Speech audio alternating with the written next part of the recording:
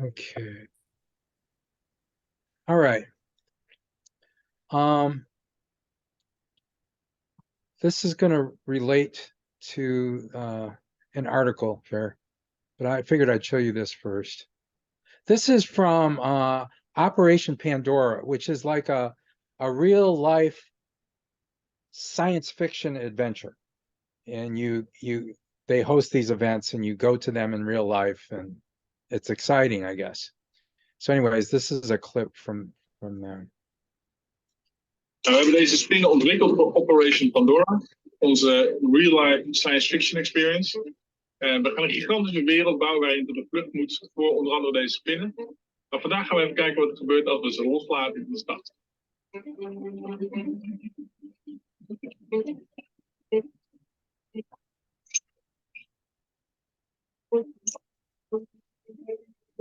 What can they do?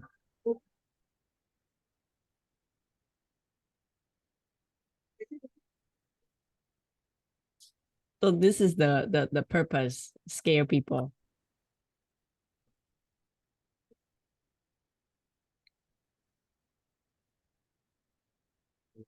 Can you imagine walking down the street and seeing one of those? Yeah. Like if I were walking down the street with my daughter, she would pee her pants and I probably would too. If someone didn't have a sign up that was like, we're doing some robot testing, I'd be like, the invasion is Yeah. We're like, take shelter. So let's see here. I'm going to talk about a guy named Rodney Brooks. He's a famous robotics and artificial intelligence researcher. He received his PhD in computer science from Stanford, and he's held positions at Carnegie Mellon, MIT, and Stanford. He was the director of the MIT Computer Science and Artificial Intelligence Laboratory from 1997 to 2007. And he founded the robotics companies, a number of robotics companies, including iRobot, which introduced the Roomba vacuum cleaning robot. And so in 1997, sort of a recurring theme here is that we see the same things pop up over and over again. And in 1997, he was featured in a documentary called Fast, Cheap, and Out of Control. And you can actually rent that on Amazon. And I'm going to play a little teaser, Amazon's teaser for that documentary. And it will show the ancestor of these little spider robots. So let's play that. I like the name. Yeah, it's a great documentary. I love it. I like to look at what everyone is doing, find some common thing that they're all assuming implicitly, but they don't even realize they're assuming, and then negate that thing. And around that time, I saw a videotape of insects walking, and they weren't even stable. They were falling down all the time. So there I had the thing I was going to negate. Everyone was implicitly assuming that a walking machine had to have stability. So I negated that. I said, let's have a walking machine that doesn't even worry about stability, that's able to fall down. So we started by building a six-legged robot, Genghis. When we started it, we weren't thinking of it walking as well as it actually walked. We were thinking of it scrambling over terrain. And it turned out to look an awful lot like an insect. And that was pretty accidental, I think. So anyways, he also said in that documentary, quote, he works by understanding life by building something that's lifelike. There may not be a place for humans in the future if we're really successful. Now, hopefully he was joking about that. But he was just featured in an IEEE article. IEEE is Institute for Electrical and Electronic Engineers. It's an engineering society. And it's a great article. It's called Just Calm Down About GPT-4 Already and Stop Confusing Performance with Competence. It says Rodney Brooks. So here's what he looks like today. And he said one of the things that he emphasized was that ChatGPT gives you an answer that seems very confident. And he said, I sort of believe it, and half the time it's completely wrong. And so he talks about that, and he makes a number of interesting points. Basically what it is that ChatGPT does not reason. It sort of mimics what it's seen on the internet. And so it's trained on a lot of web pages on the internet, and it mimics the information on those pages. And it mimics the stuff that is most predominant. For example, if a whole lot of people on the internet said that the moon is blue, then ChatGPT would tell you that the moon is blue. It doesn't know what the truth is. And so when it trains on web pages, it doesn't know if that information is truthful or not, because it's unable to reason. It's unable to figure that kind of thing out.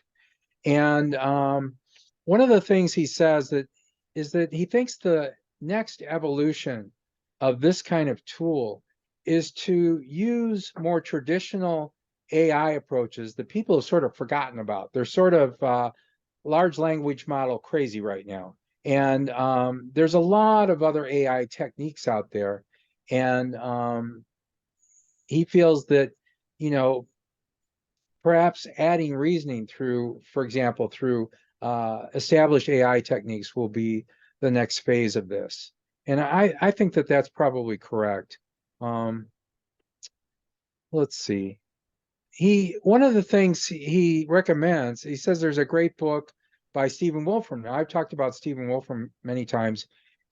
Stephen Wolfram is a physicist who won the MacArthur Genius Grant and created Wolfram Research, and they created the tool Mathematica, which is sort of an AI tool for doing mathematics. And Wolfram used that to come up with a unified field theory for physics, which is what Einstein spent most of his life trying to do and was never able to do.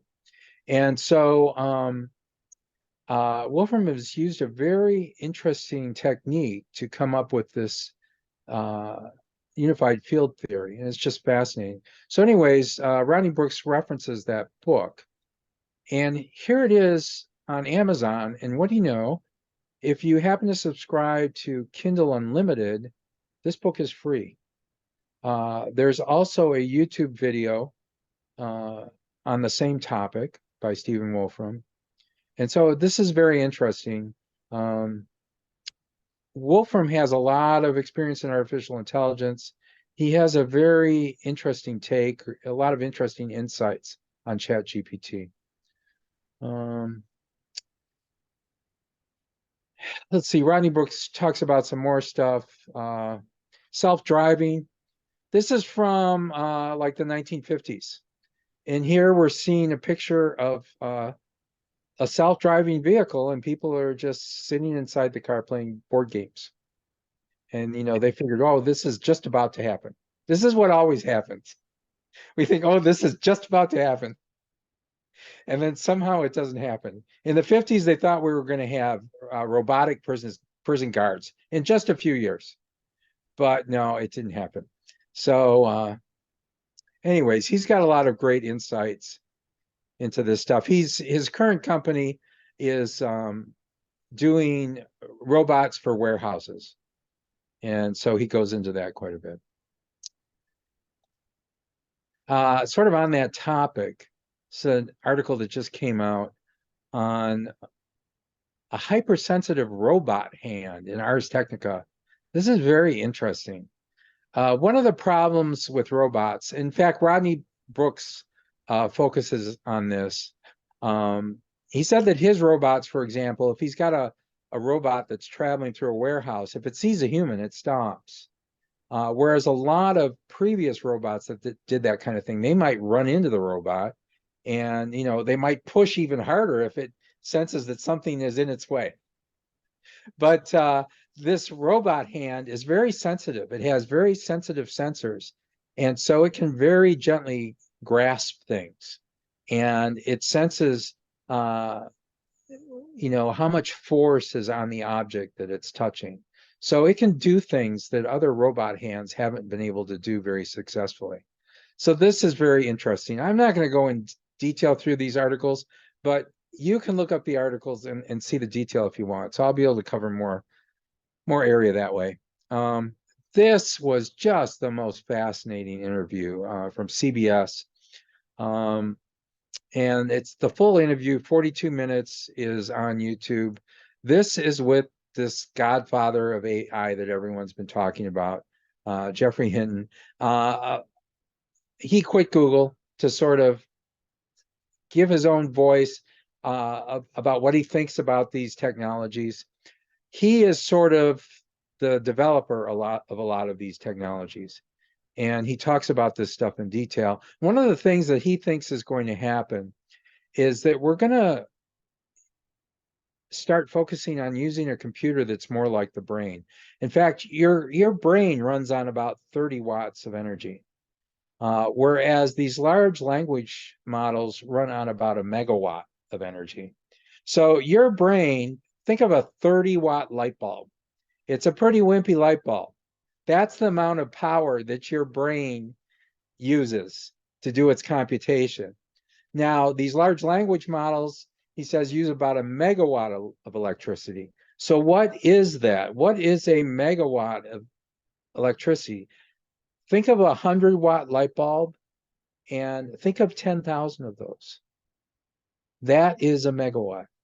So compared Or, to if we could shove that amount of energy into our brain, like if, I'm sure that at some point in the future, they will be able to reverse engineer once they get these large language models, working and figuring out how they relate to us, that, then maybe we would begin to experiment with upping the voltage on our brains. And well, I wouldn't want to burn it out. I'd watch out for that.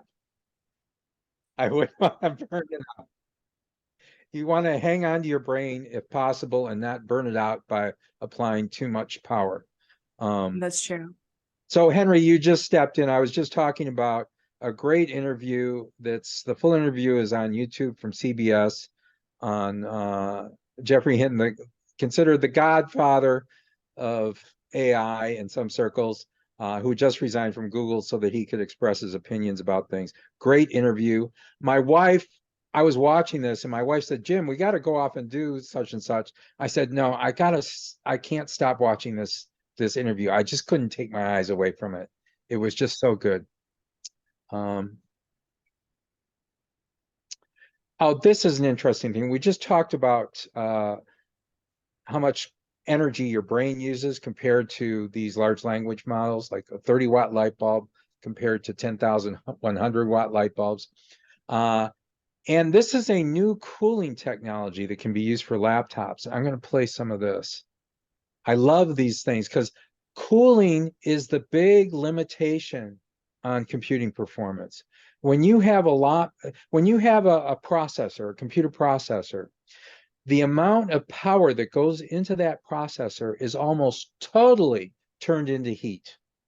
And so this processor generates all this heat, and that's a problem because once the processor gets up to the boiling temperature of water, which is 100 degrees centigrade, all of a sudden it sort of explodes inside because any vapor, any moisture inside the computer chip turns into vapor and sort of explodes the chip.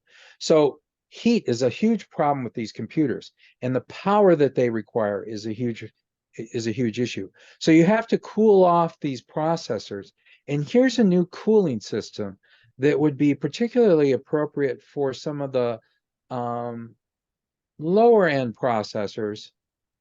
Heat has become the biggest bottleneck in computing. The latest processors promise higher theoretical performance, but only 50% or less is realized in actual devices because the thermal solutions are still the same old fan-based systems that are inadequate, noisy, bulky, and not getting any better. Thermal is the only aspect of modern day computers that still uses century-old technology. In today's devices, what determines performance is the capability of the thermal solution and not the sophistication of the processor. Farr Systems has designed a revolutionary active cooling chip to bridge the gap, the first ever solid-state thermal solution. The Airjet is thin, silent, light, and performs better than fans. Inside Airjet are tiny membranes that vibrate at an ultrasonic frequency. These membranes create a strong flow of air that enters through the vents in the top of the Airjet and exits through tiny openings at the bottom as high-velocity pulsating jets. These jets of air remove heat with high efficiency, with air saturating to the same temperature as the hot surface, and exits sideways via an integrated spout. The Airjet Mini is 27.5 by 41.5 millimeters in size and 2.8 millimeters thick. It generates 1,750 pascals of back pressure and 0.21 CFM of airflow while consuming a maximum of 1 watt of power. When integrated into a computer platform to cool the processor at 85 C die temperature, Airjet Mini removes 5.25 watts of heat at a silent 21 dBA noise level. The Airjet Pro is 31.5 by 71.5 millimeters in size and 2.8 millimeters thick. It generates 1,750 pascals of back. So it's sort of geeking out here, and I'm gonna stop it now. But what the summary is particularly for these lower power laptops, it can cool much more effectively than a fan, and it's much quieter, and it requires, you have to pump energy into a fan to run it, right, to cool things. And so it requires less energy, and it will allow the computer to run 50 to 100% faster because of this cooling solution. So it's sort of a breakthrough, and that's a huge deal with cooling computers. This is an interesting thing. I don't know if you've covered this before yet or not, Dominique. This is a little thing that sticks between the bottom of your nose and your upper lip, and it produces 30 different scents, sort of a smell-o-vision type of thing. And it does that by like burning wax, scented wax. And so it's pretty weird, but interesting. Oh, and this is I've seen mixed reviews of this. Photoshop has a new generative AI tool that gives you like a it will let you do the generative image type of thing. And this article is sort of fun. It's entitled "I Turned My Vacation Photos into Nightmares with Photoshop's New Generative AI Tool." And they have some examples in here. It's a very interesting article, getting rid of people and scenes and so forth. And they asked it to put ponies in the foreground of this image, and it gave it a 2-headed pony with no butt. So I don't know how that pony continues to live. But anyways, it's a very interesting article. And I mentioned in the beginning, I'm just going to briefly go over these articles, and I know that people will watch the video and they can look at the articles in more detail later on. Oh, this is fascinating. This guy made a YouTube video on how to create a movie totally with AI, from the script to the visual effects to generating all the video. He had some still photos, and he shows you a service that will sort of turn those into sort of a 3D looking type of thing. And I don't think the movie that he created will be in any sort of contention for any Oscars or anything like that. But if you want to do any of these little pieces of this process, this is a good video to look at because he covers pretty much everything. So I think just it's as a plug for Matt Wolf is amazing. He really has a ton of great videos. So I haven't seen this one, but I am excited to check it out. And for anybody who is watching or listening in the future, Matt Wolf is a really, really great resource for just keeping up with all of the different trends that are happening in technology, testing it, and sharing his opinion. okay. And Future Tools, his wonderful directory. Okay. This is Dominique, you mentioned something sort of related to this a little bit earlier today. How somebody was creating a system that could influence the neurons in your brain, maybe control the neurons in your brain to communicate with you. So Elon Musk's Neuralink just got FDA approval for human study of brain implants. And, you know, it's sort of a theme that I touched upon earlier, that we see these technology areas sort of appear over and over again over time. And this was a movie. What year was this? This was from at least 10 years ago, called Existence. And this was a very similar sort of thing. They had a controller. It looks sort of like this sort of fleshy thing, and you would sort of tweak these little knobbers on it and stuff. Could you say that again? Oh, my watch is trying to talk to me. Leave me alone, Siri. So anyways, it had this controller. I don't think this was the actual movie controller. This was the controller, but it did have this weird umbilical cord thing that you would plug into the base of your spine. And they had like a little socket they implanted in the base of your spine. Is And you that start, a horror movie and some cannibal and trying to create a game using well, it humans was for a that? it was about a woman who was a game creator. At least we think she was a game creator.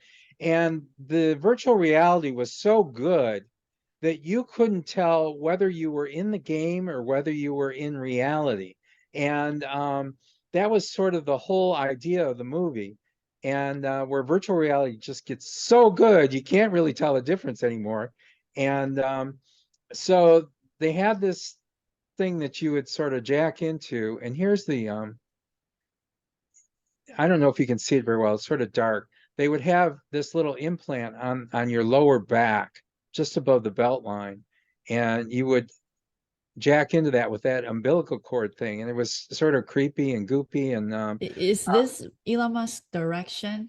Oh. no, this was guy named Cronenberg. And so anyways, they had a little portable one that was this big, and it came with like this little stick of what looked like lip balm, and you could put it on there to sort of grease it up so the thing could go in more easily. And in fact, the girl stuck the end of the umbilical cord in her mouth to sort of grease it up before she stuck it in this guy's back. He said, "What are you doing? Is that safe? Is that sanitary?" So anyways, it's a very interesting movie. I watched it over the weekend, actually. It was on my cable system. And I thought, this is so perceptive. It is talking about the stuff that we're experiencing right now. So it reminded me very much of Elon Musk's Neuralink system. So let's see what else I have here. Oh, this is interesting. A great Ars Technica article about Microsoft is scanning the inside of password protected zip files for malware. So let's say you put some password protected files, zip files, on your OneDrive, your Microsoft OneDrive. Well, Microsoft will helpfully go in and try to break the passwords of those zip files just to see if there's any viruses in there or anything like that. This is one of the concerns that I have about a lot of these services. For example, there's the iCloud, which is a very useful thing. But it turns out that by default, it takes the images on your phone and it moves them to the iCloud and then leaves a more compressed version back on your iPhone. So if you're someone like me who live and die by image quality, you might not realize that your images went over to the iCloud. The originals are there, but you have an inferior version on your phone. And I didn't know this at first. I went to a class taught by a National Geographic photographer who's now shooting assignments, National Geographic assignments on his iPhone. And you know, the cameras have gotten so good, like on the iPhone Pro Max, for example, that he's shooting assignments on it. And so I told him that I had read about this. He said, no, they can't be doing this. They can't be doing this by default. You might be able to turn this on, but this can't be the default. So I found the page on Apple's website where it says that this is the default. This is what they do.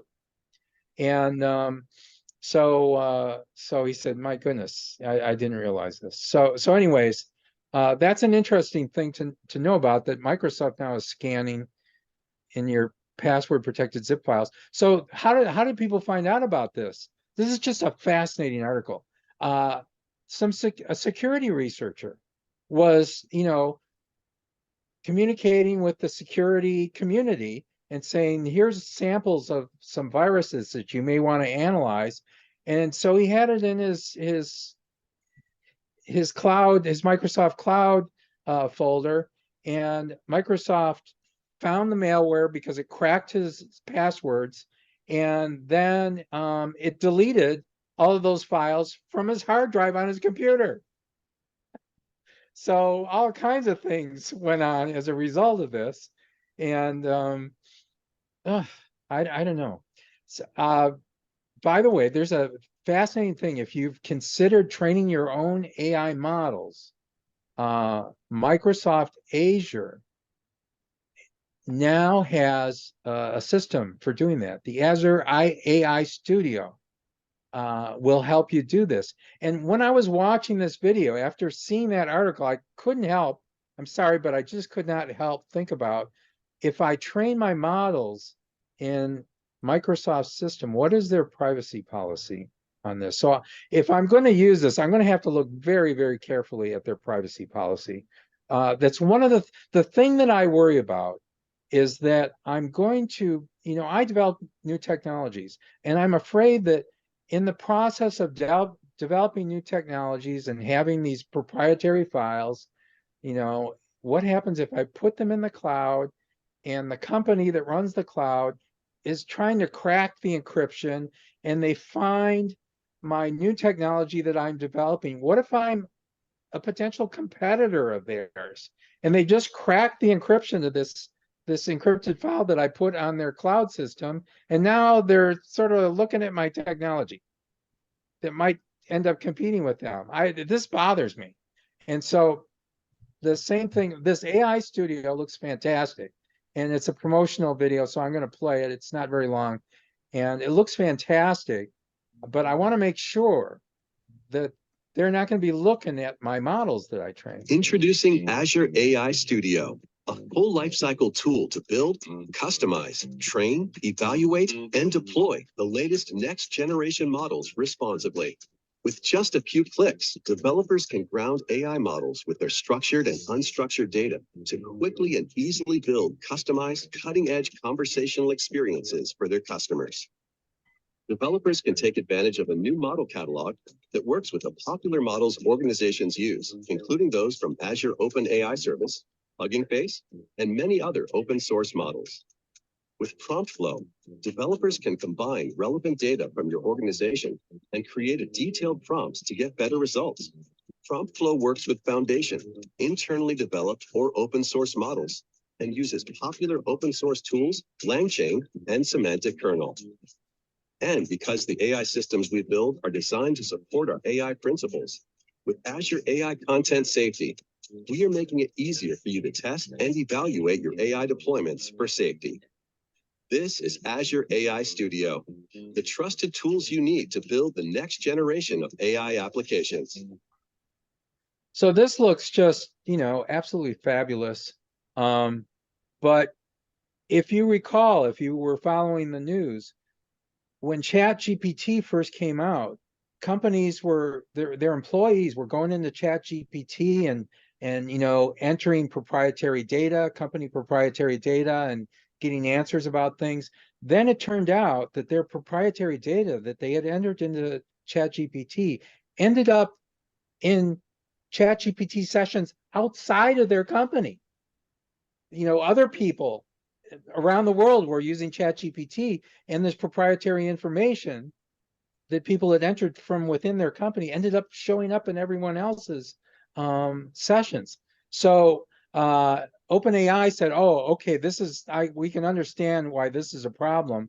So we'll give you a way to turn off training. Normally, we train on everyone's session, but we'll give you a way to turn that off so that we don't train on your session in which you may have entered proprietary company private data."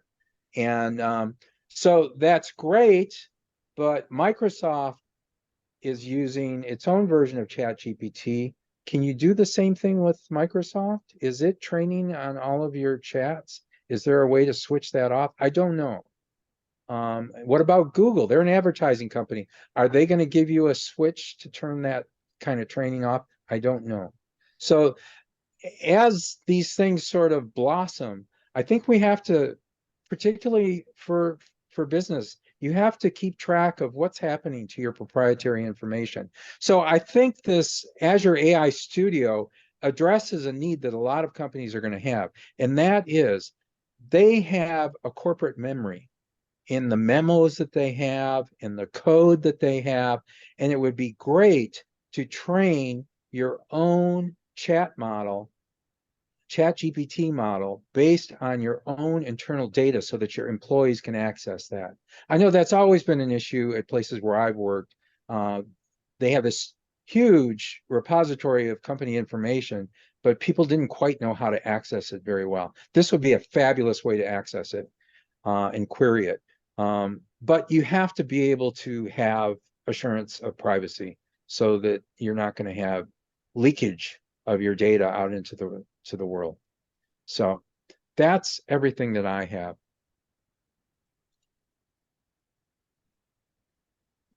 Very cool. It's such an interesting time right now. There's so much going on that, even talking with companies directly and saying, what the heck are you doing? You're hearing something different almost every day. Yeah. I'm just thinking of all the companies I know already that I can't talk about who are doing exactly what you're talking about. They're already building their own, and they forbid their employees to do anything from a work computer on ChatGPT or any of the generative AI models. Sorry, I came in late. I was just It's all on the video. You'll be able to see it all on the video. Well, I was going to say, I'm not sure what's been covered. This is such an interesting time right now. In Los Angeles, we had AI on the lot recently, and so we had lots of people who were sharing all of the work they're doing with professional film and television. And for those of you who can see the chat, but it's AIonTheLot.com, and you can see all the different creators who shared their work. And Wonder Dynamics showed their crazy stuff of being able to use text to complete video with characters and replacement characters. And they've got, how many things do you want to get in the beta for to be playing with right now? And then there was a semi-closed demo of Kubrick, which has generative AI VR production walls that essentially let you create backgrounds and things like that. So, and of course, we're heading into AWE, which I know a lot of folks, including me and Dom, are going to this week, where you're going to be seeing, a lot of people are saying a lot of press releases ahead of all of that too. So now for the AI on the lot, I saw this event. I got a notice of the event. I wasn't able to attend, but I believe their link has videos of all the talks, right? Yeah, I think so. That's the intent.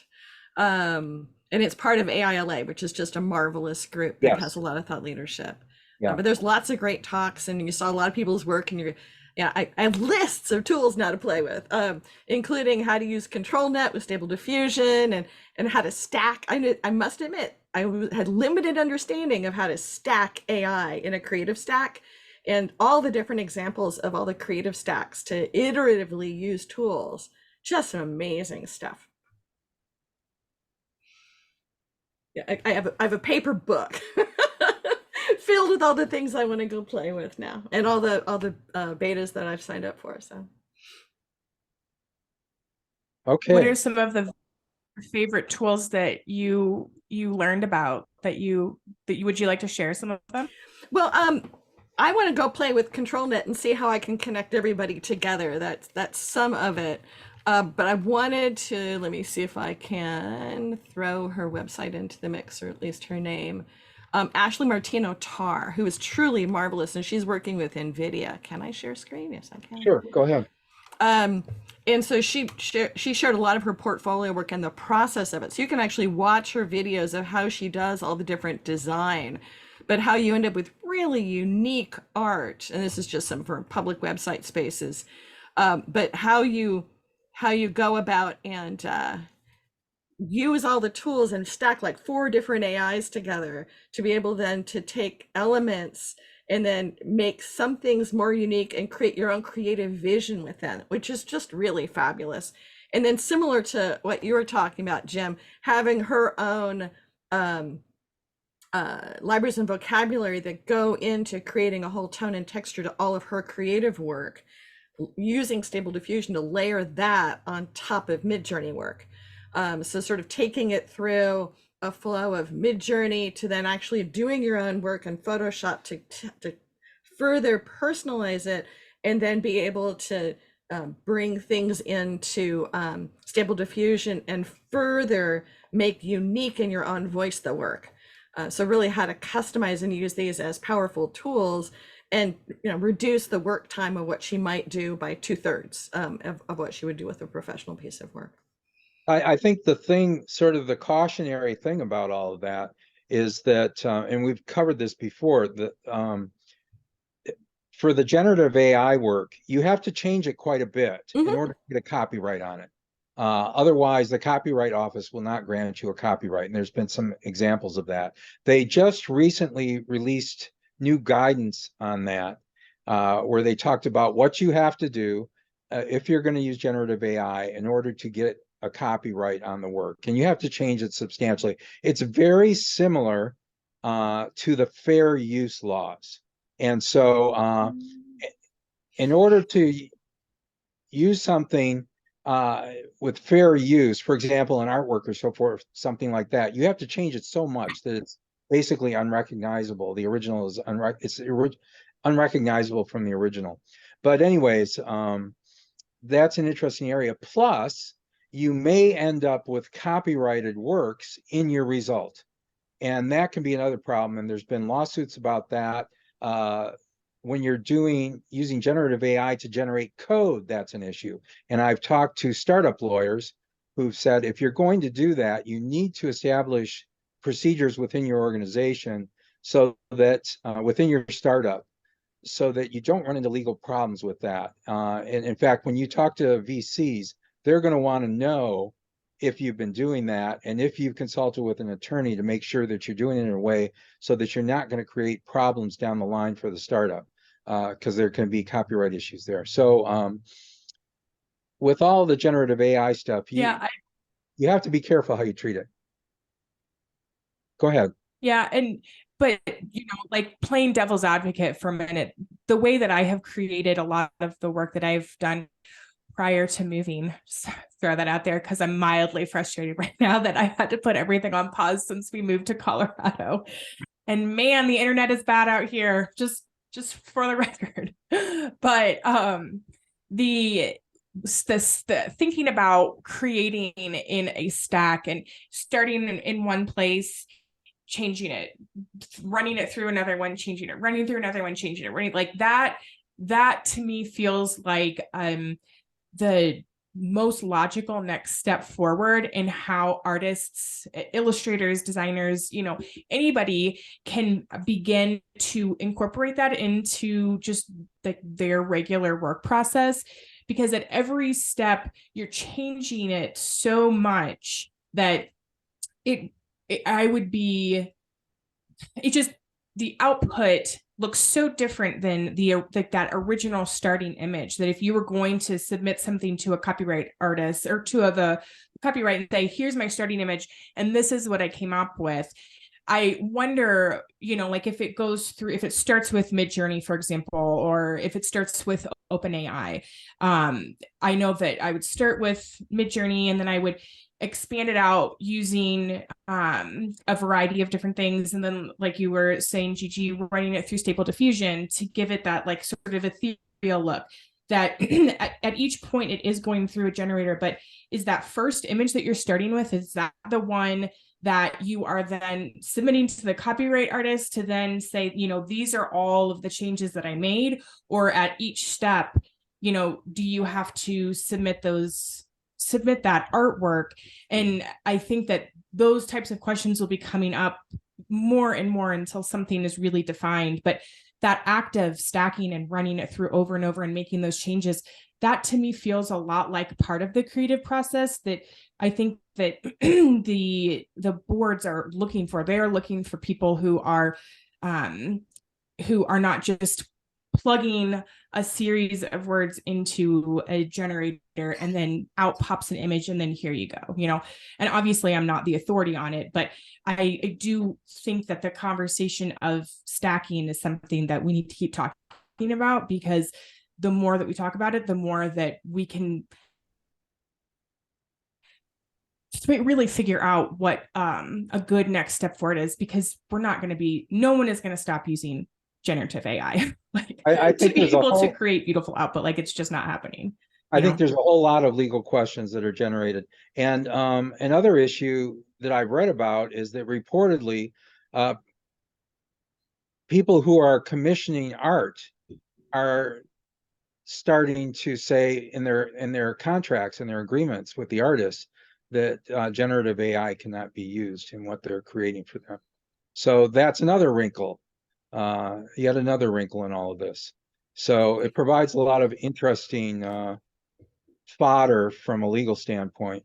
Well, also it's not just is this copyrightable as an individual piece, but is it part of something bigger? So a conversation that was with one of the major entertainment companies is they need to think about, okay, so if I'm commissioning a background, so is that backdrop going to be able to be a problem for our copywriting than the movie we're making? So sort of thinking about what are the tools in the tools, and is that okay? So if you're using something like Blockade Lab skyboxes, and you're putting that into another piece of work that you're trying to copyright, and I love the tool where you can create your own 360 in a space without having to, a beautiful space, beautiful tool, take that into a VR space. Does that affect the copyright of the VR game I'm building? So Right. coming back to VR. Yeah, all kinds of interesting issues. Oh, Did you have some anybody stuff else? down? Oh, yeah. I will share. I think, Jim, you've been sharing a lot of super cool stuff, and I've already kind of like a filter out some boring stuff. That is still very interesting, for me, but maybe let me. I have a lot of tab. Okay, let me share my screen. Yeah, a lot of things going on, and just like Gigi said before, every day I feel bombarded by all the new information, which is great. And for example, now I'm starting to think about, because I mean, Extraordinary Academy is an academy, right? And I'm recording some, I don't know, every time when I record something or create something, I feel outdated already. And I feel like now it's like every day, everything is so new. And once you start know what to do, and it becomes old. It feels like that way. I mean, yeah, so it's very interesting to see all those moves. And yeah, I mean, I know everybody is very like recently this year, it's just this year, suddenly all the big tech, they are laying off people, right? And even Meta, Google, is that people doing so hard, trying so hard to get in and think, oh wow, my life is rainbow and unicorn, and I can buy big house and have kids, happy forever. But now it becomes that you see all the layoff stuff, and people start feel panic.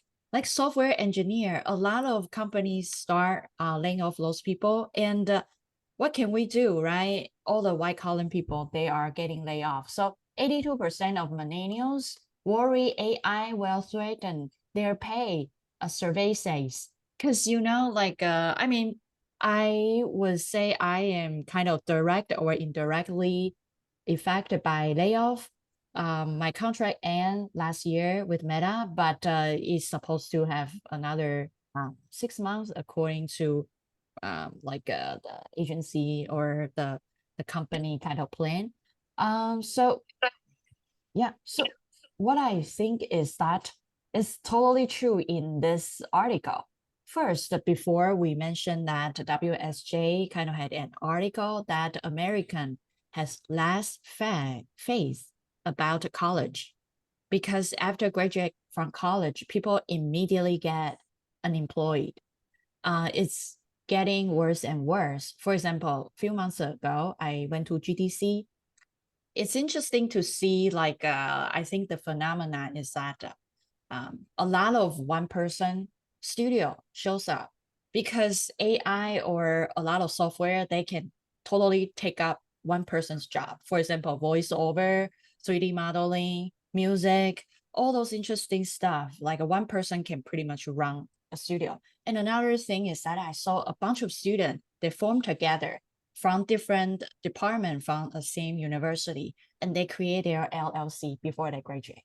I think that's a pretty smart idea because you guys are kind of college kids and you know each other very well, you work well with each other, and then you form an LLC since this job market is hard. Senior got laid off, junior because of AI pretty much replaced all the mediocre work. So yeah, so it's like a company will hire or shrink and need less and less people and use a lot of software to replace you or to do some job that can be much affordable, efficient than you. So a lot of I check Blind app every day. Blind app is anonymous tech app for tech people. If you want to take a look, it's called Blind app. And this one is something people will anonymously kind of talk about job related stuff, usually in tech area. And the majority of people are probably focused on tech industry. So a lot of Silicon Valley people, they want to know, get referral. They usually use this site. And I check this site kind of like every day. And yeah, so I can see that a lot of people from Blind, they said that, hey, if you got laid off from big companies, maybe right now small startups is probably better. But unfortunately, at the beginning of this year, you see Silicon Valley Bank, the Republic Bank, First Republic Bank. So all those banks that friendly to startups are pretty much bankrupt. So it's hard for VC because VC doesn't have money. And then startups, if startups, their savings are all in those banks and VC money is in those banks. So it's very bad. It's a winter time for startups to get funding, or even their savings was not being able to utilize. So, and startups is usually the big pool to looking for junior designer, or the first ticket for junior designer or junior developer to get into the industry. So this is an extremely tough time. Senior cannot get jobs, junior cannot get jobs. So in GDC, the second floor, they held event, which is the networking for recruiters and students. And students across the country, they bring their physical portfolio, dress up, line up, 500, 1,000. It's like the hell way, right? I see a lot of people just dress up, taking all their gears ready for interview. And in that giant room, kind of like a 5 minutes, and people kind of switch and talk to each other. There's a role for that. The thing about that is that I find out, wow, in that room, only 2 people are recruiters. And the entire room are kids. They are looking for jobs. And at the end, those 2 people are not even hiring people. So you see how bad the job market is. So yeah, so this is how bad it is. And then a lot of people are blind. If someone got laid off from big company, they usually say, hey, find a startups, and they will pay less. For example, like if you earn a certain amount of money, startup usually cut to half or less than half. So this is how bad the job market is that within the same skills that you got paid less and less. So this is the current situation, and we know that we have to rewire ourselves, right? So this is the time that all the stuff start jumping in, and I believe there will be an AI bubble bust. Certain point, you see like NFT, Bitcoins, XR metaverse, and now it's AI is on the top, but we know that some hyper stuff sometimes will go down at the peak, after the peak. So so I would say that this is a common thing, because I mean AI start getting mature and NVIDIA becomes the chips maker who is very important, essential for AI's acceleration. So so this will kind of stay for a while. And the interesting thing is that even though college was not that on demand, or like people lose faith, it's still on demand, but people's mindsetting is that can I get the skill experience without really getting into college? That's some young people's thinking. And also people kind of start doing more like a apprenticeship or a mentorship, kind of start getting towards that instead of getting a degree and couldn't find any jobs. So this is something that I find, and definitely we have to rewire ourselves. So this is kind of like follow very naturally. The other one is this one I mentioned at the beginning of the meeting. I find out it's like Harry Potter saying some magic and can control something flying or doing something. So remote control for brain cells, scientists use ultrasound waves to active neurons. Wow, this is like very interesting. When I see that, I feel like before we talk about Ancient Alien, if you guys watch that crazy show that all our ancestors are kind of follow, or alien teach a lot of high tech to our ancestors. So this talks about how can neuroscience kind of find out a way to influence the neuron in the living brain, and we can kind of help people to treat brain disorders. So this is just like a very amazing. So sound control. So by using ultrasound, the sound wave beyond the range of human hearing. I read some articles. It seems like, for example, if you see hummingbird, or sometimes cat can hear some sound that is kind of we couldn't hear, but cat will feel super miserable. So for example, like there are some device, if you wanna kind of get away from some certain animals, you can put some device that has ultrasound that won't affect human, but it will affect those sensitive sound animals. But you can use ultrasound to control cells. Wow, this is just very audible frequency infrasound or ultrasound. So so this, I think this will really help us to kind of understand and later on it will, let's see this. Behavior ultrasound with So they're ultrasound. making worms dance. Worm dance much like a passionate or something, like a more like a, you see, faster. Without ultrasound, it's like lazy. It's like on drug, basically. It's going a little crazy. So I mean, have you heard of I don't know, a drug called Adderall? Adderall. How do you spell it? Adderall. Adderall. Adderall. Adderall. Yeah. It's, Everybody I know with ADHD is taking it. Yeah, and I know some people taking it, but when you talk to those people, they are like this wrong. They are like very sharp and very fast. It's like when you talk something and they just like brrr. So that's how I feel like wow, that medicine is really kind of like help people to concentrate. But There yeah, was, there was some work done on savants are people who, excel at some particular thing. And a lot of them have, we have a focus of attention mechanism in our brain. And there are savants, for example, that you could put them in a helicopter and fly them over London. And when they come back down, they could draw a very precise diagram of everything in London.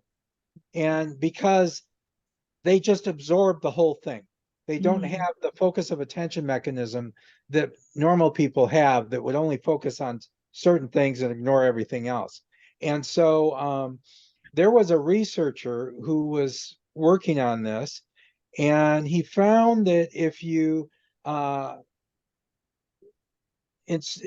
projected radio waves onto certain parts of the brain, you could temporarily disable your focus of attention mechanism, and then it would turn you into sort of a savant. And so he did experiments on this, and there were a series of documentaries that showed this. And he would put a thing on your head that would have these like electrodes, and it would, focus these radio waves onto this part of your brain. And when it was going on, you would see something like this. The person would be like twitching. They'd be going like, while these radio waves were impinging on the focus of attention center on their brain.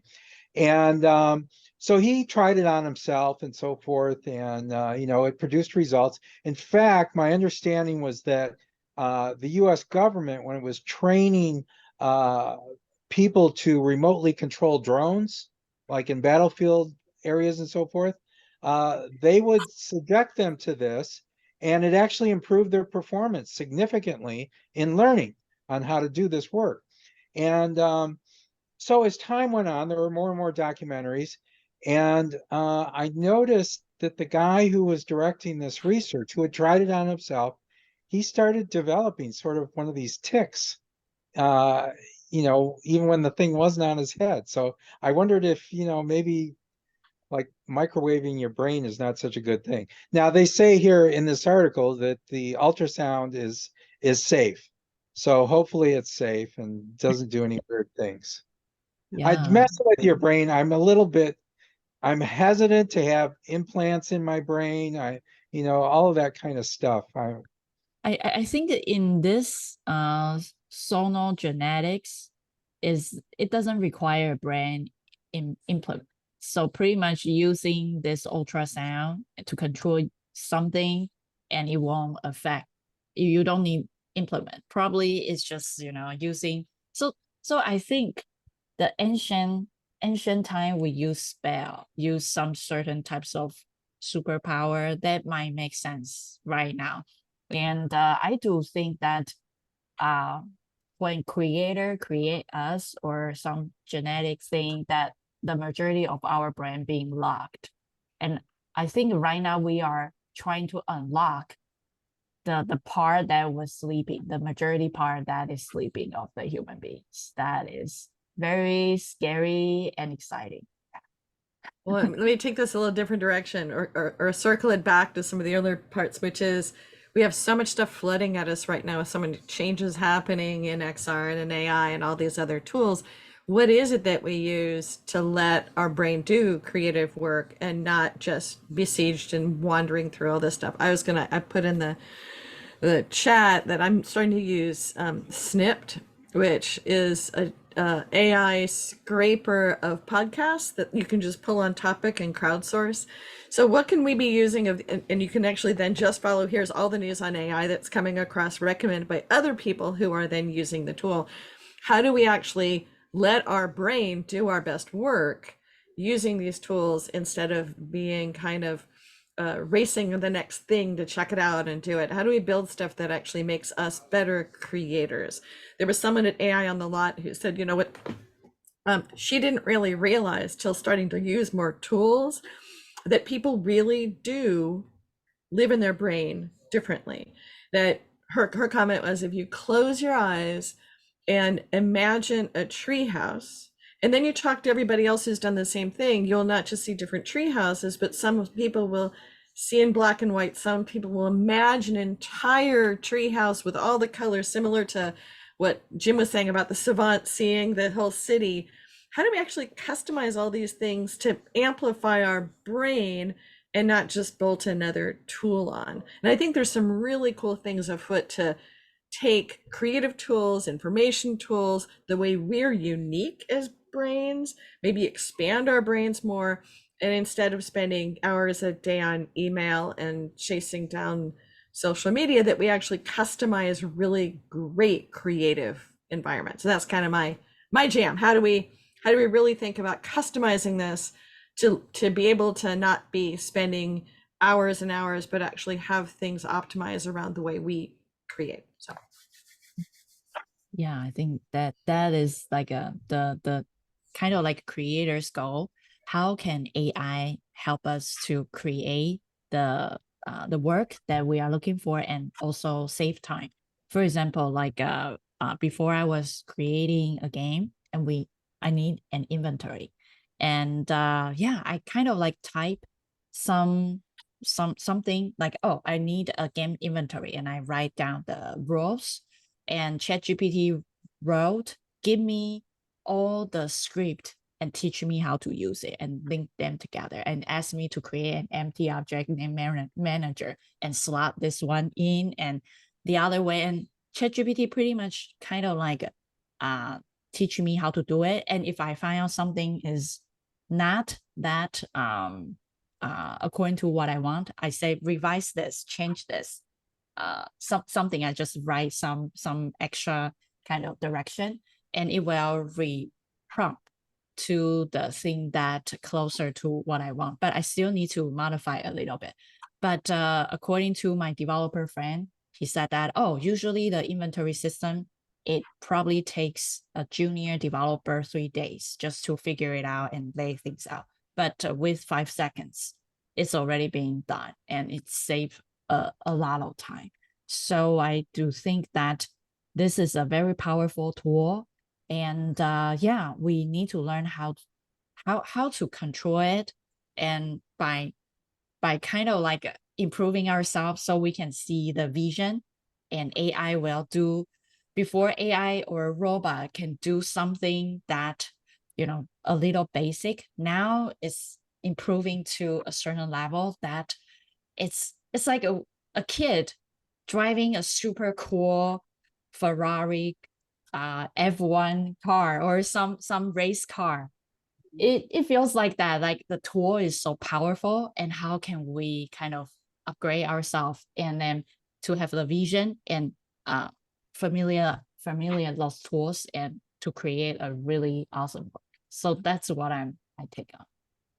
Yeah, just as a quick follow-up, expanding somewhere between Gigi and Dom is like, I'm kind of hoping that the AI bust comes sooner rather than later, because then it would force everyone to just like slow the F down and just like whatever stays, you know, like whatever the leaders who are going to lead, then we would be spending our time. Like we would know, okay, these are the things that we should be learning. And it's so hard as somebody who, you know, for everybody who's on this call, we could we'll just assume that we're, for the most part, the bleeding edges. Like we are tracking and we, you know, we want to stay on top of what's new. And so like if everybody feels like that, then as Gigi said, like we're just researching and researching and researching, but we're not allowing ourselves to dig in and knowing that, like looking back at history. And if we look at, for example, when the internet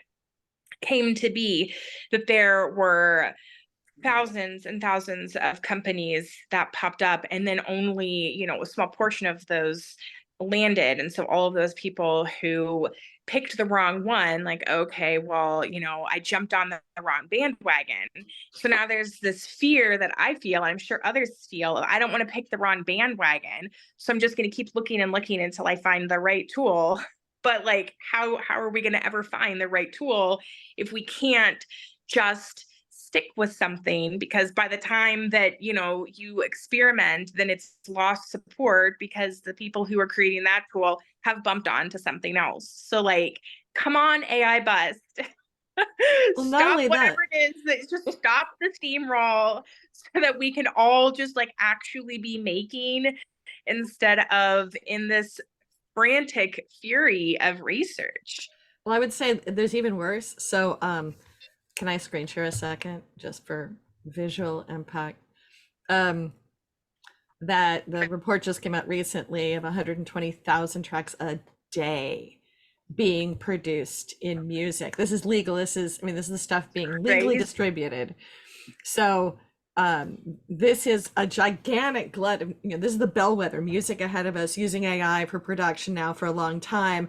And half of all music available legally online has been produced since the beginning of the pandemic. There's only 10% more revenue coming through this pipe in that time frame. So you have this, you're going from 20,000 tracks a day, which still was just amazingly large, to now 120,000 tracks that Vibrate, which used to be Nielsen Music, had in the first quarter of this year. There's not the revenue. There's just this glut of production. And I think that's the kind of compliment to Jacqueline's thing, is that it's not just us having all these tools. You have people now producing things that don't have the there's not economics for all of this additional content being created. So I do think that we're about to hit maybe not just an AI winter wall of people not having the money necessarily to grow stuff. And you can take a look at some of the older public AI companies that are also hitting that wall of needing more funds and can't get the funds right now, and their stock prices going down. But you've got other sectors where you can see AI deeply going into these spaces. I know that one AI company has produced like 14% of all the music out there now. And there's no more money for it. So you have people who are actually in the business who are going to find everybody and their brother producing things, and not the additional revenue to support the increased content production. So I think there's lots of walls to hit here. Well, what that reminds me of is YouTube. I mean, we're part of this right now. People create all these YouTube videos, and they're useful. I find a lot of useful things that way. But I don't know if they're really making enough money off of what they're doing for that to be a sustainable situation. So we sort of see this over and over and over again. Yeah, the era, I cannot, I'm racking my brain right now trying to remember where I heard this, but I think it was on an All In podcast or one of the finance podcasts, but they were talking about how the era of the streamers and the content creators may be coming to an end because of so many factors that we're all talking about, but also building or throwing back in the fact that we're in a recession, and the less jobs, less obvious paths forward, less tangible goods being made, and more people who are just like, hey, I have this thing, hey, I have this thing, hey, listen to me, hey, listen to me. Like, sure, I would love to listen to you, but then how do we pay to listen to you? Like, if we don't have, if we either don't have a job, or if we have a job that now pays 50% of what we had been making, well, we would love to listen to you and dive into whatever it is that you're doing, podcaster, whoever the content creator is, but there's not the same amount of money that had been being put into the economy prior to I guess like what, 2021, because there was that immediate flood of money that was coming in from like the rescue missions from the pandemic. It's a weird time to figure out a path forward that both allows you to be creative and allows you to make money and allows you to be able to like work towards future proofing yourself to be able to maintain relevancy.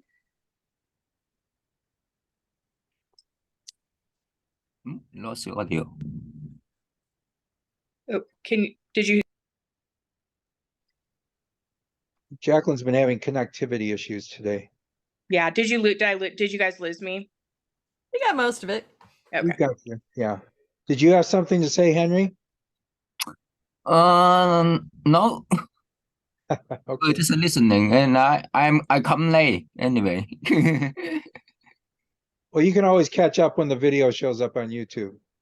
Oh, really? Okay, Oh, good. let me share with you the YouTube link. Okay. And for people who are looking for you're going to be at AWE this coming week, yes, and having a booth. Yes, and do you know that I moved to Bay Area? So it's like a 20 minutes drive. I'm local right now. Well, you're saving on the hotel room. Oh, but Well, I don't think I saved money.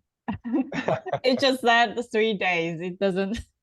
Yeah, but you know, the living expense is very high here, and also all the central cities are hollow out, homeless. Yeah, so it's very similar to LA. I don't know right now what's going on with LA, but you see, like before, I remember one CTO got murdered in in San Francisco, right? So you can see that, and a lot of companies, they move out their office.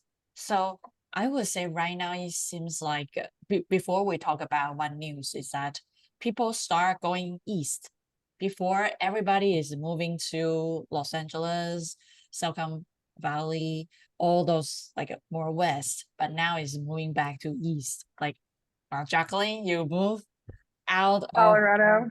yeah. I know so many people who are moving to Texas. Like that is there are many people who believe that that's the next big hub because there's been so many issues with California. And as a personal side, that came up as a can we move to Texas? And I'm like, no. Nothing against anybody who's listening from Texas. But even if it is a Silicon Valley hub, Well, my the heart is consumer not power in grid's a Texas. challenge there. I have friends who have no power or no internet for days on end in Texas. So yeah, they There's moved always the hurricanes. because they don't have a tax, right? They don't have an income tax. Yeah. Oh, they don't have income tax. That's Wow. what I learned. I mean, state Wow, income tax, yeah. something like Elon Musk moved to Texas and then he saved about $1 billion, something like that. Something wow. Dom, you could save $1 billion if you No, need. I wish I could. I could have $1 billion to save. Yeah. Yeah. So I think you see, I think every week we are like every Saturday I learn so much just by from everybody like news sharing, and and before we were talking about starting with like NFT, um, real estate in metaverse, right? And later In the on past. AR/VR in the past metaverse, and I remember like we even talked about like how can you pay mortgage for your metaverse real estate, but now it becomes, you see, all the stuff that is not really meaningful or creating value is kind of burst. Now it comes to AI. I mean, AI, a lot of tools are useful, but a lot of tools are not that useful. So I would say time will tell, right? It Oh, will yeah. start burst. Yeah. Go ahead. Go I ahead. was just gonna say what I was going to share, but I'm not even going to try because it will fail miserably. Was the I don't know if anybody watched. Did anybody watch the XR Awards or look to see Not yet. who are the winners? I really that for some reason to me this year felt so comforting because through all of the chaos that's happening, and for that still people are talking about, is the metaverse dead? The XR Awards, when they were discussing who was winning and just sort of the scope of everything, they were saying it's not dead. Like it's not as public and it's not as front facing. And yes, AI is a thing, but the companies, they had more submissions this year than they ever had, and the the breadth and the depth that these companies had achieved was remarkable, because some of these projects have been going on since 2016, 2017. And so, for example, like Igloo, I can't pop it in here, but the website is Igloo Vision, and they have these simulation shells that they have introduced in education and in healthcare and in the architectural engineering and construction, the AEC. Yes, thank you, Gigi. And so seeing that these projects have been using they're using VR, they're sort of just continuing to whatever new tool comes, they just are incorporating it into what these projects are, but they're building and they're growing. And yet now that each of these big hitting websites or these big hitting companies, they have data showing, hey, by using these immersive technologies in these specific fields, we are seeing so many benefits of people really understanding how to do something differently. With the Igloo specifically, because it's Gigi had it up.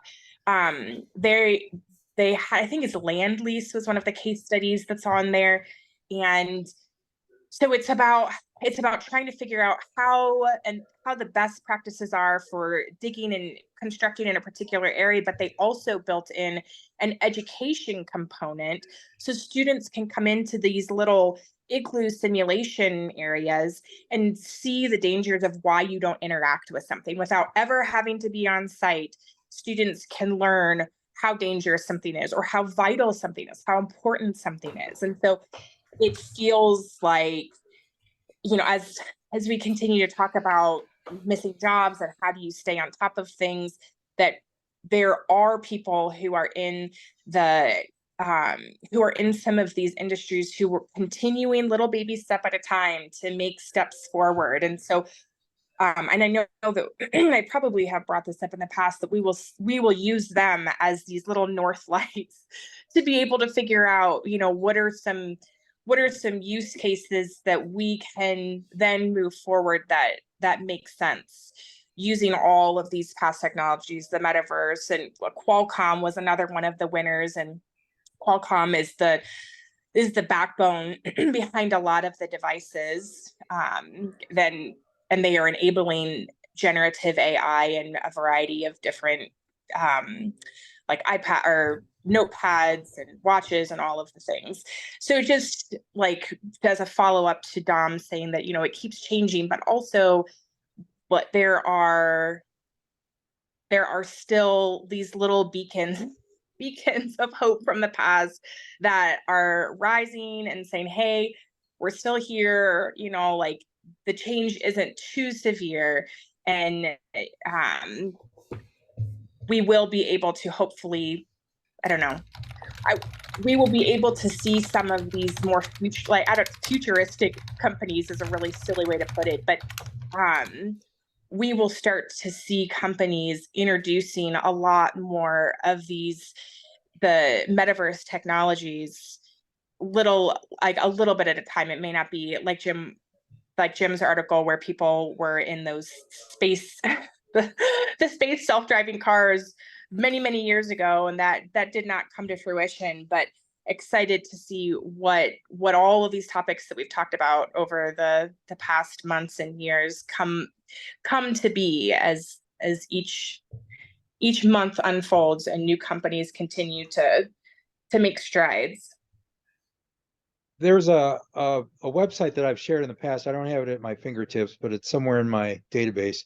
That tracks augmented reality as used by industry, currently used by industry and enterprise.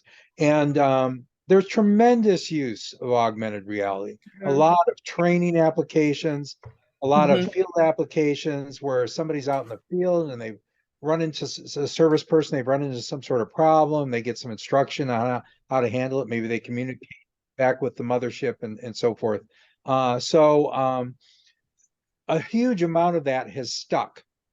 As Rodney Brooks mentioned in the article that I highlighted earlier on today, there will be a lot of useful things that come out of this AI stuff. But I think that in maybe 3 to 5 years from now, we're going to look back at things like ChatGPT and say, oh yeah, that was like sort of the flip phone of AI. And now we've got the smartphones. We've got the real AI stuff now. Because I think this is just scratching the surface. Another thing that was interesting was Hinton, in his interview that I mentioned earlier, he said that we had a lot of these algorithms a long time ago, maybe 10 years ago. We had all this stuff, but the computer hardware was not good enough. It wasn't fast enough, and we didn't have the large enough databases. He said, I was working on this stuff in the 80s, and we had a lot of stuff, but the computers were just a tiny fraction as powerful as they are now, and we just didn't have much data to work with. But now we've got trillions of web pages on the internet, and the computers are so much faster now, and so we're able to actually make use of this stuff. And so I think there's going to be a lot of advances over what we've got right now. I'm not afraid of what we have right now. I'm afraid of what we could have 5 years from now. In fact, Elon Musk was recently interviewed by David Faber on CNBC, and Faber asked him, did you really think that people were going to stop working on AI stuff for 6 months when you signed on to that letter? He said, no, I didn't think they were going to actually do it. But I just... I think it is very entertaining. Yeah, and he also says something with that in the interview, which scares me, which is not really scares. Like I can tell you I have two parts. One is entrepreneur parts, which I treat myself. I am more like a running kind of an organization and trying to grow. Another part is like I need a job as an individual, right? So he kind of scared 50% of me. He said that all the big companies should keep shrinking, just like Twitter. Because Twitter, it seems like Twitter started making profit pretty recently. So before, when he acquired Twitter, it was losing money and it's too big, right? And now he shrink and he proved that this works. So it's kind of, I feel like every tech big company is following Elon Musk, right? But hang on, I think there's something here. And that is, my theory is that we're going to see a rebound effect from all of these layoffs. For example, you might get some big company that lays off all kinds of people, and it's just glorious. Their stock price goes way up. Their costs go way down because they've just gotten rid of all these employees that they used to pay. And oh, isn't this wonderful? But after a while, they're going to start finding out, oh, our existing employees, our remaining employees can't work 3 to 5 times harder than they used to after all. And we're just not getting anything. They need chips in the brain. They need chips in the brain. Well, in fact, you can do sprints, but you can't do it indefinitely. You can't do 24 hours a day, 7 days a week for 3 years. They will create robot employee. Well, a perfect example of this was with Twitter. Just a couple days ago, when DeSantis announced his run for the presidency, Elon Musk was interviewing DeSantis in their podcast on Twitter, and it was just a miserable failure because the system wasn't working. Elon, in fact, Faber said when he was about to interview Elon Musk was setting that up on their podcast system himself on his own phone because the people that would have done this for them had been laid off. So in other words, yeah, you can lay off all these people, but then when you have the podcast all of a sudden for the guy who's announcing his presidency, it doesn't come off so smoothly because you laid off the people who would have set that up for you. So, I think there's going to be a rebound effect as a result of all these layoffs. And, Dom, as you mentioned, your contract was cut short. Who knows? Maybe you'll get a call saying, hey, Dom, Please come we back. off all these people, we cut off all these contracts, but we found out that we needed you after all. Oh, that is really good. Once the CEOs are tired of getting their hands dirty, because that's what it comes down to. It means that all of the higher ups have to do a lot more work. that they Yeah, don't maybe want when- to do. When Elon Musk gets tired of setting up the podcast on Yeah. his own phone, maybe I should Then hire back somebody the to do that. pendulum will swing. Yeah, the interesting thing is that I also, I don't know, I just hear news every day when I cook my breakfast, lunch, and dinner. Yeah, so I remember when Elon Musk, when Nvidia, right, Nvidia, the CEO kind of increased, become 1 trillion company, right now. Yes. And yeah. then Elon Musk was saying, oh, it's just temporary. It's Tesla, temporary. well, coming up. But I feel like Elon Musk, before we think that he is the kind of like, oh, super smart people, right? Spotlight on. But you see right now, the OpenAI CEO becomes like, I feel like somebody, if the person is occupied the spotlight too long, then people kind of feel tired, because I feel like it's entertainment. It's like if you watch a show and keep entertain people, and later on people feel like maybe it's just a little tired and they want to spotlight on some new people, right? So I feel like now They got to kill that character off in the They soap slowly opera and introduce some new move people. out of people's center. So I wouldn't. Yes. I wouldn't bet against NVIDIA, and here's why. Hmm. If you're writing anything that has to do with neural networks and these large language models and so forth, that lends itself very well to parallel processing. And so if you're writing code to do that, and you're thinking ahead and you're thinking, well, we're probably going to want to run this from a website and service a lot of people, and we'll make a lot of money. Look at OpenAI; they're charging $20 a pop for ChatGPT if you want the high-end account. So if you're the person who's writing the software, you're thinking, okay, what platform am I going to write this for? Oh, you're going to write it for the cloud. You're going to write it for data centers, for server farms. And what language are you going to write it in? Well, you're probably going to be writing it in CUDA. That's NVIDIA's language that you can write software for to run on their graphics processors. And why graphics processors? Because the graphics processors have thousands of little processors inside of them. And whereas like your CPU on your computer has, maybe 10 or 20, something like that, that doesn't compete with thousands of processors. So take a look at who's got market penetration in the data centers. It's not Intel. Intel had some mishaps, and they're stuck back at the 10 nanometer technology. So when we were talking about the human brain only using up 30 watts, whereas these large language models using a megawatt. The problem that Intel has is their processors, because they're stuck in the 10 nanometer technology, which is very power inefficient, they're using up too much power. So you can't effectively use that in a data center. AMD is much better. And so you can use them in a data center. And but here's the thing. If you are the coder and you've coded up all of these algorithms to run on these processors, you have to sort of tailor the code to the processor that you're going to run on. And so even though AMD might get better, now you've got to sort of rewrite your software to a certain extent if you want it to run on AMD processors. So NVIDIA has already got that going. They're already in the data centers, and they have this H100 processor that runs all this stuff, and it's tremendously fast. And NVIDIA is working at 4 nanometers. Intel is working at 10 nanometers. I believe AMD is at 4 or 5 nanometers. Apple is at 5 nanometers. They're sort of stuck in the same technology they were using 2 years ago.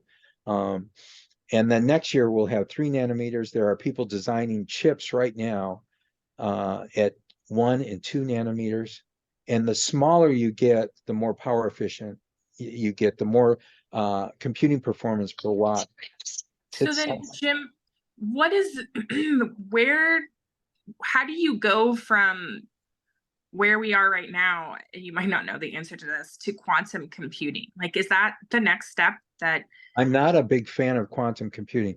It's based on what Einstein felt was a fallacy. When quantum mechanics came out, quantum mechanics is very interesting in that it's sort of a fuzzy thing. You can't know the exact location of a particle, for example, in quantum physics. And it's because of the Heisenberg uncertainty principle.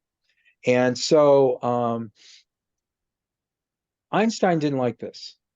He said, God does not play dice with the universe.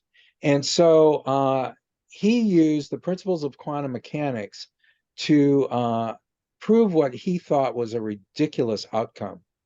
And he said, because of this ridiculous outcome, it proves that something is wrong with quantum mechanics. There's something wrong with our rules that we've set up for quantum mechanics. And what that thing was, that counterexample that he came up with, was entanglement of particles. He called it spooky action at a distance. And what it is quantum mechanics predicts that you can have two particles that are widely separated in space, and that one particle will exactly follow the actions of the other particle. And Einstein felt that this was such a ridiculous result that it proves that there's something wrong, something that we don't understand properly in quantum mechanics. And that example, that counterexample that Einstein came up with, is the basis for quantum computing. And so there's still a question as to whether that all is going to fly.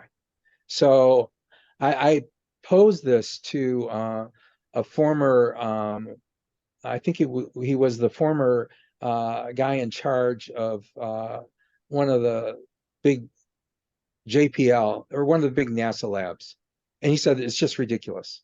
He said, it's just not going to happen. And so anyways, we'll see how all that stuff progresses. But there's a big if in my mind associated with quantum computing. So.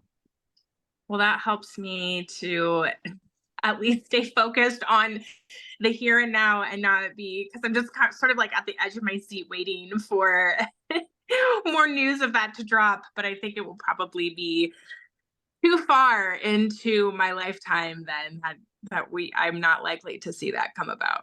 Well, who knows? There may be other things. I mean, they're getting smaller and smaller and smaller with these chips. And as they do that, they become more powerful, generate less heat. And so there's just tremendous advancement going on. But the hype is fully in motion right now for artificial intelligence. Some of the spaghetti is going to stick to the wall. Some of the AI spaghetti is going to stick to the wall. And, there's useful things that we're going to get out of it. But I think there will be even more useful stuff in the future.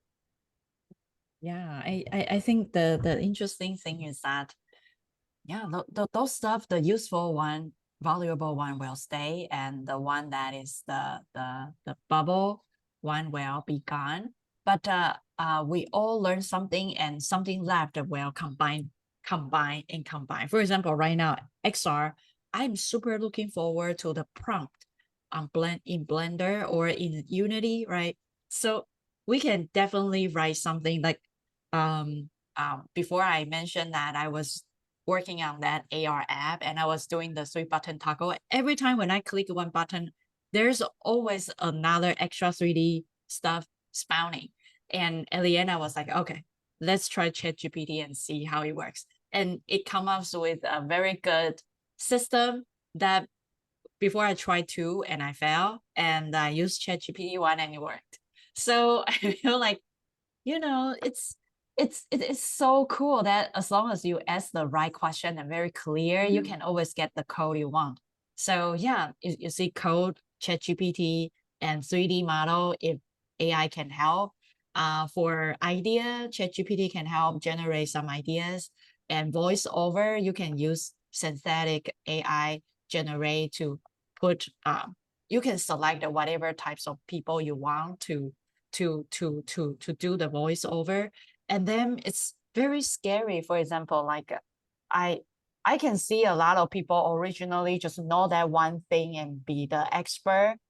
They will start losing a lot of projects just because people can pretty much use that.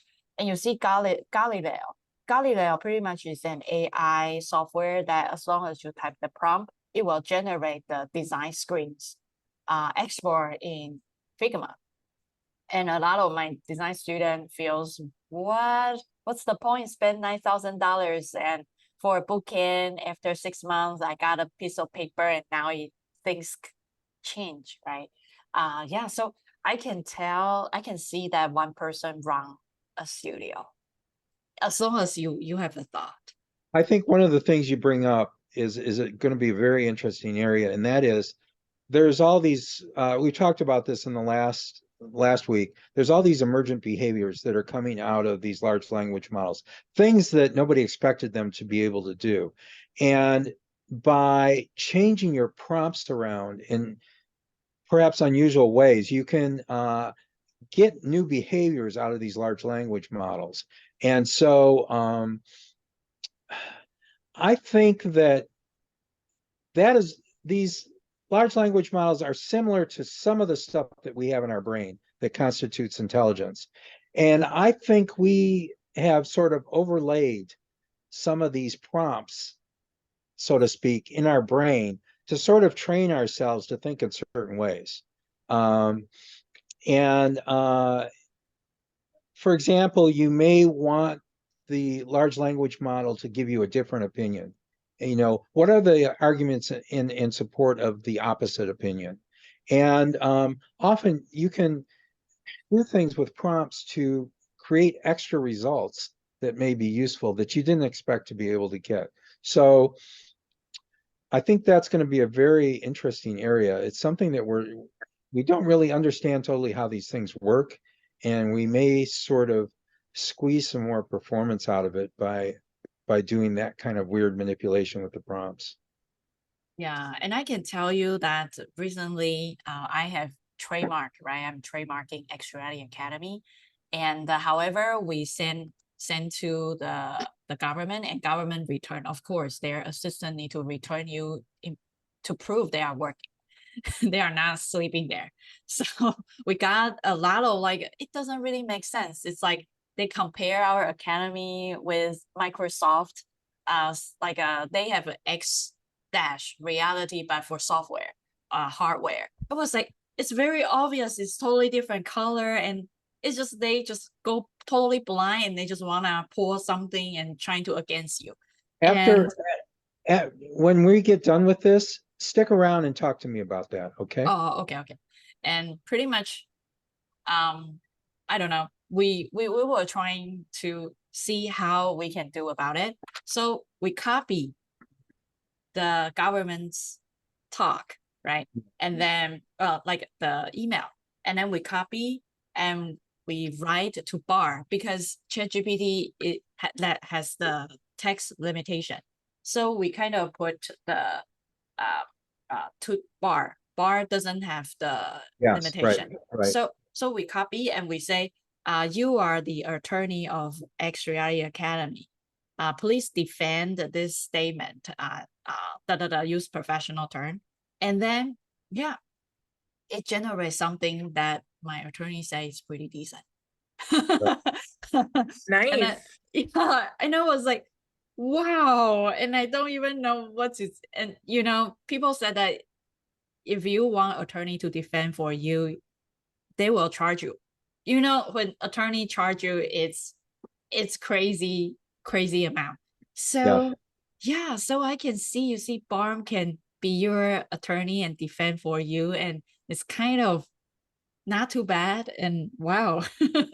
I've heard if they're attorneys, allowed. yeah, I've If heard they're allowed in attorneys, the room. yeah, I've heard attorneys say before that it's useful to see what it comes up with, and sometimes it comes up with some good stuff. Yeah, cool. So yeah, thank you everyone for joining, and I will see you guys next week. So talk to me after you